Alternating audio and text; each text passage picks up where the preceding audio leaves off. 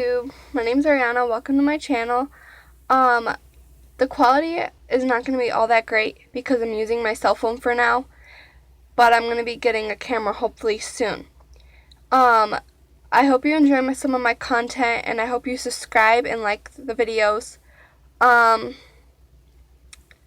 Today I'm going to have a story time for you, which is about my old house that I used to live in when I was living in Brockton. I live in New York, by the way. And it was haunted by this evil ghost. It did some pretty crazy things there. And before I get into that, down in the description will be my social media. Follow me on Snapchat, Instagram, and Twitter. And let's get into it. Okay, so I already said I'm from New York, and I lived in this house in Brockton. And the house had been, people have lived there before. It used to be an apartment, and we've moved it all into one house. This is when I just first moved in with my mom. I was coming from a place, which I'll tell you later on some stories about that. But in this house, there was my Aunt Heather, Uncle John, and their 3 kids, Caleb, Natalie, and Caden. And then there was my mom's boyfriend, who's now her ex-boyfriend, Marcus, me, and Roman, and her. And my mom's room was downstairs, and where her room is, okay, here's the front door when you first see the house, and then you come in through the living room, and then off the living room there's her bedroom, and then there's the dining room, the kitchen, and it had this little bar, and then there's the basement door. And walking through, there's the laundry room, and then there's the back porch, and then there's a bathroom there, and then you take upstairs, and then there's a bedroom on this side. Then there's a bedroom next to it, and then across the hall there's another bedroom, and then there's this living room area with the bathroom, and then in the bathroom is connected to an attic. Now, when we first moved there, I was stuck in the bedroom upstairs with the girls, and I was sharing with Caden and Natalie. And Roman slept with my mom downstairs with Marcus, even though his bedroom was with Caleb. Anyways, back to what I was saying.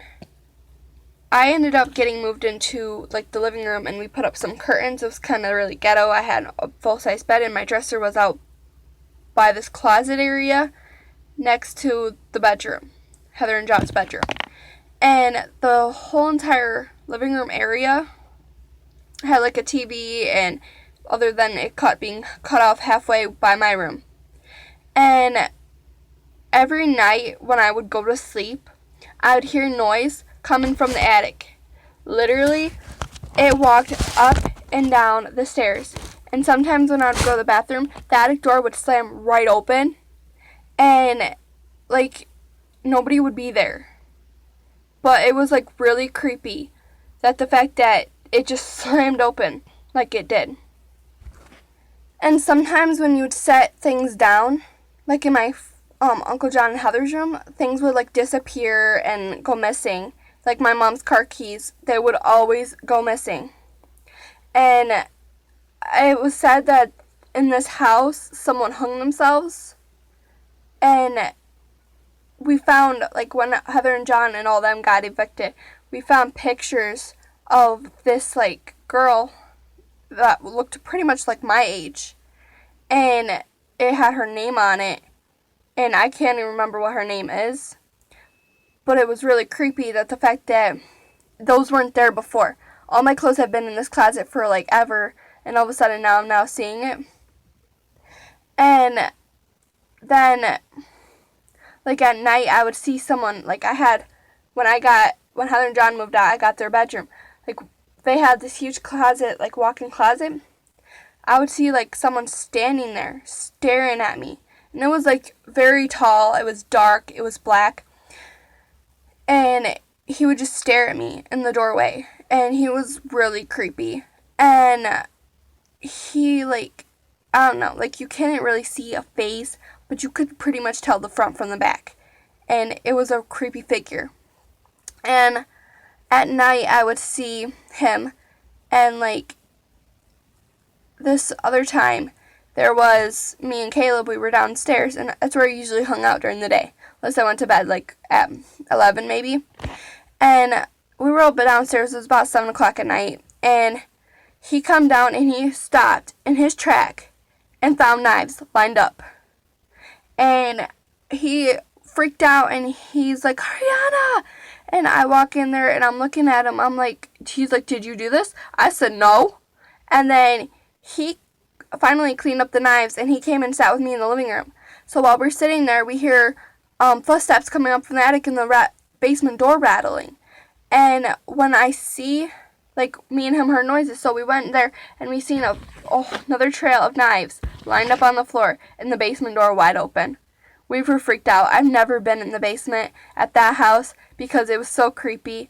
And like in the attic was creepy too because like it was like the floor, like it felt like you were gonna fall through. And like the other room that was in the attic, like all the floorboards were caved in.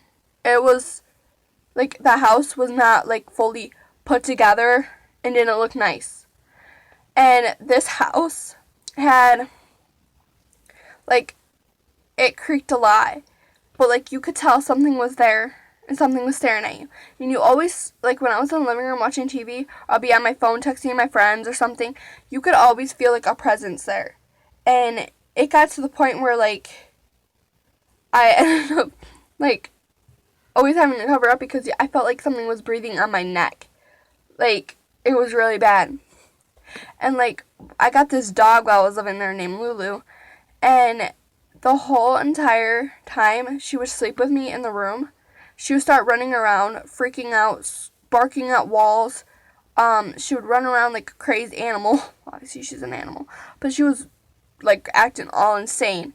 And she would go into like the girls' room, and she would run from there to Caleb's room to like the bathroom, and she would just bark at the freaking attic door. And it was insane. And it wasn't like a good presence because like really bad things had happened. John woke up with like scratches on his back. I woke up with like bruises on my legs. And like they were like not like a person scratching. It was like deep, bloody, like I'm gonna try to kill you type of scratches. And the bruises on my legs were like that big, black and blue. They were pretty severe. But I'm kind of happy we don't live in that house no more because some insane things have happened. I've seen some things, and honestly, it was really creepy. And to be in that type of environment, I just got a bad vibe, like something didn't want me there. And everybody in that house could tell that something didn't want them there too. Like if I had a friend spend the night, they would get like weird vibes and like they'd be uncomfortable because like the house is creepy.